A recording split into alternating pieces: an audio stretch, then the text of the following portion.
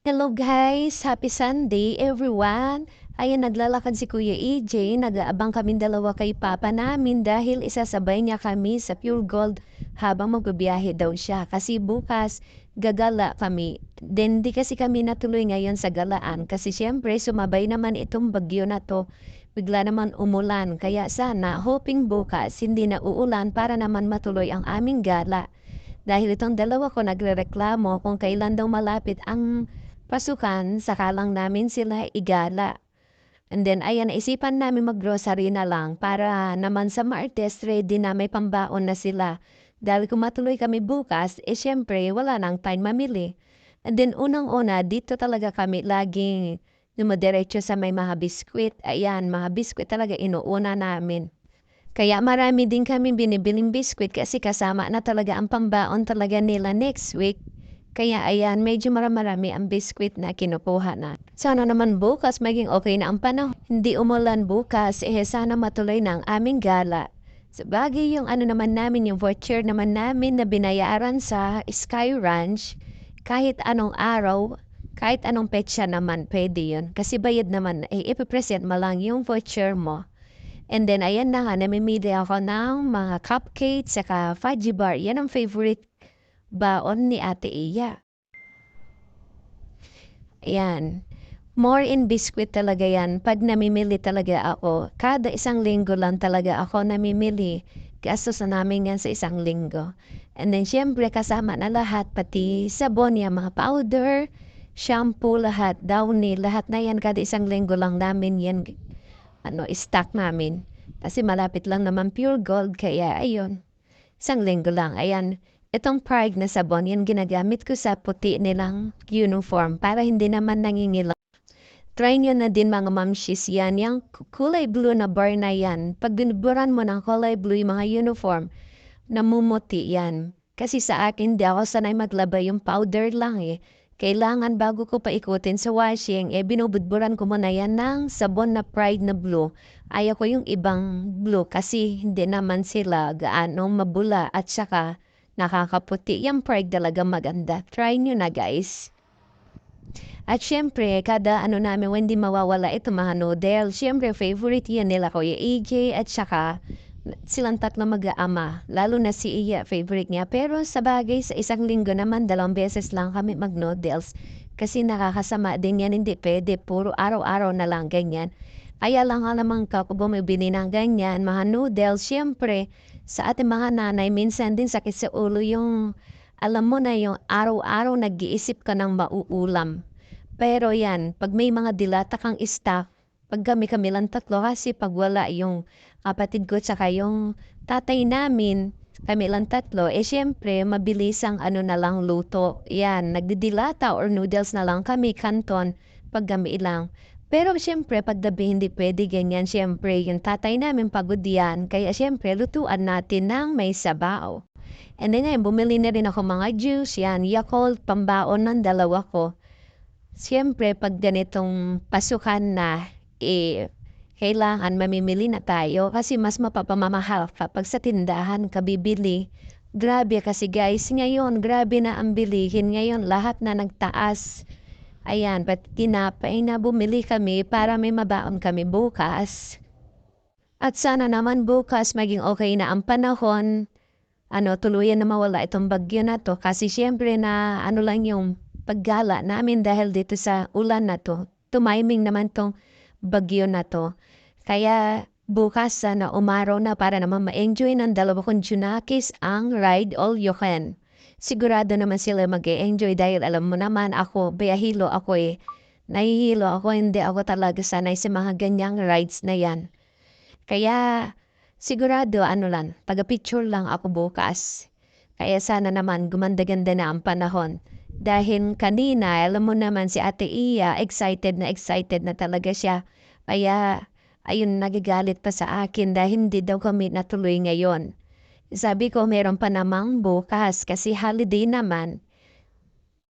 Sabi ba naman kung kailan daw malapit ng pasukan saka ko lang daw sila igala. Siyempre yung tatay namin alam mo naman pagdating sa galaan, hindi yung matyaga talaga magsama sa amin. Buti nga ako marunong talaga ako mag-drive. Kaya nga binibiro ako na mag-practice na daw ako mag-drive para kung saan lang namin gusto pumunta, hindi na daw namin kailangan sabihin pa sa tatay namin kung marunong ako. Eh kaso ayaw nga ako turuan eh. Kaya anong magagawa natin kako sa mga to? At ayan na nga, nakapila na kami ni Kuya EJ, tamang selfie lang. Ayan, at naisipan ko nga kumuha ng bigas na lang dito kasi ubos na yung bigas namin na Coco Pandan. Dahil walang Coco Pandan dito, naisip ko ng Jasmine na lang. 10 kilos lang, grabe, ang mahal, 685. Talaga, ang mahal na nga talaga guys ng mga bilihin. Tingnan mo, bigas 10 kilos lang, halos 700 na. Talaga ang mahal na lahat. Lahat na lang nagmahal kahit anong bilihin talaga, mapagulay man, lahat. Kaya sa akin talaga dito ako bumibili lagi kasi siyempre sayang din pan sa tindahan katingi-tingi bumili. Kahit nga sa per kilo eh, parang natataasan din ako 60. 1 kilo, grabe talaga, ang taas na guys. Kaya talaga halos lahat ng patitindahan nagdadaing na sa sobrang tinaas ng mga bilihin.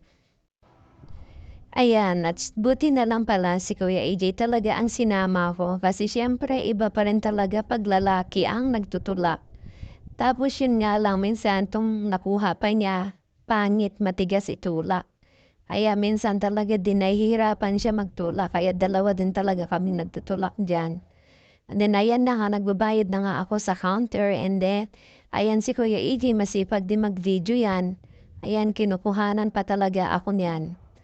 Ayan, at siyempre magbabayad na ako kay kahera. Ay naku, grabe, yan lang pinamili ko kapunti pero sa 4,000 ko, 7 pesos lang talaga ang sinukli, ang natira. Grabe na talaga, ang mahal na talaga ng bilihin, ginto na rin lahat ng bilihin. And then ayan na nga pinamili namin, 6 na plastics, ayan, pang-7 'tong bigas. 10 kilos lang binili ko kasi hindi talaga namin kayanin ni Kuya AJ buhatin 'pag 25 kilos. Tsaka wala din naman sila buko pandan, yung favorite naming bigas. And then ayan, habang hinihintay naming resibo kay bagger, ayan, inaayos ni Kuya AJ. Ayan nga, mahaba-haba ang aming resibo and then ika-claim ko nga itong pa-free nila kasi siyempre medyo marami ang aking pinamili and then may pa-free sila. Ayan, ni-claim ko dito sa may customer service. Sayang din kasi kung hindi ko kukunin eh, kaya tingnan natin kung anong pa-free nila. Ayan nga, isang sachet na Safeguard saka yung sa box. At ito na nga, si Kuya AJ nagtutulak na sabi gutom na daw siya kaya kain mo na kami kasi sa bagay hindi pa naman kami nanananghalian. And then ayan na nga, namimili kami. Ang sabi niya, mas gusto niya daw sa Pouchin.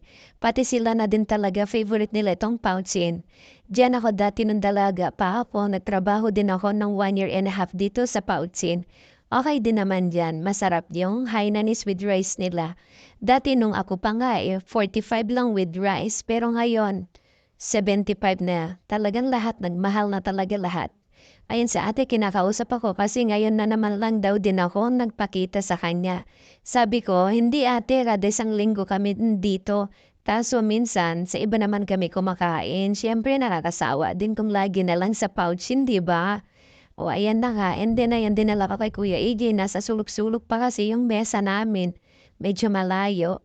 And then ayan na nga, mukhang gutom na nga itong kasama ko, kaya ayan, tamang subo lang Kuya AJ. And then ayan, nagyaya na nga na alis na daw kami. Ayan, nagpapawapo pa si Kuya AJ sa may elevator.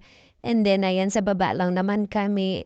Ayan, biniro ko pa diyan kasi parang hirap-hirap magtulak. Alam mo, hindi naman kumain. Eh, katatapos mo lang Kuya AJ kumain. Ayan, and then wala na daw siyang vitamin. Kaya dumaan mo na kami dito sa Mercury habang hinihintay namin si Kuya yung magsusundo sa amin. And then ayan, binilan ko na nga ng vitamin nila dahil wala na daw silang vitamin. Hindi rin pwede talaga maglaktaw yan silang dalawa kasi siyempre panlaban din yan. Kaya kailangan din talaga may vitamin sila. And then ayan na nga, inihintay ako ni Kuya AJ sa may labas. Ayan, palabas na ako. Ayan, nilagay namin muna sa labas habang binabantayan ko si Kuya AJ naman kumukuha sa loob. Kasi inihintay namin ang magsusundo sa amin na tricycle. Kasi siyempre pagpunta namin dinaan lang kami ng aming tatay dahil lumabas daw siya kasi siyempre gagala kami bukas, hindi daw siya makakalabas bukas. Kaya ito na nga aming sundo. Kaya ayan, sinakay na namin ni Kuya AJ sa tricycle para makauwi na. Kaya medyo okay pa yung panahon, medyo makulimlim pa dito. Nung pag-alis namin dito sa may Pure Gold, medyo malapit lang naman kami dito, kaya ayan, tricycle lang. Sinakyan namin, nagpasundo kami kasi kung dun pa kami sa mga pilahan, haba-haba ng lalakarin namin ni Kuya AJ. Di naman talaga namin kakayanin itong dala naming pinamili. Kaya ayan, nakarating na nga kami, gano'n kabilis talaga guys, ayan. Then ayun na si Kuya AJ, nauna na sa akin and then yung iba, balikan na lang niya kasi medyo malapit lang naman binabaan namin dito sa may bahay. And then ayan, nabutan namin, naglalaba pa tong dalawa, hindi pa tapos. Ayan, nilapag ni Kuya AJ para balikan niya yung iba. And then nagpatulong na siya kay Ate Iya. Ganyan naman tong dalawa ko guys. Masipag naman yan sila. Kada grocery ko sila na din ang nag-aayos kada uwi namin. Ayan si Ate Iya oh. Inaayos na niya. And then, ayan si Kuya AJ. Dalawa yan sila nag-aayos. Ayan, at saka puro pagkain lang din naman nilang dalawa yan eh. Kaya dapat lang talaga sila na lang ang mag-aayos diyan, hindi na ako. Pero sabagay hindi ko din naman matiis, tinutulungan ko yan sila para medyo maayos. Kasi pag sila lang ay wala sa ayos talaga mga yan. Ayan, para kaming nagtitinda talaga kada grocery ko. Kasi pinakamaraming pinamimili ko mga biskwit. Siyempre pag sa tindahan ka mamili, magkano isa niyan?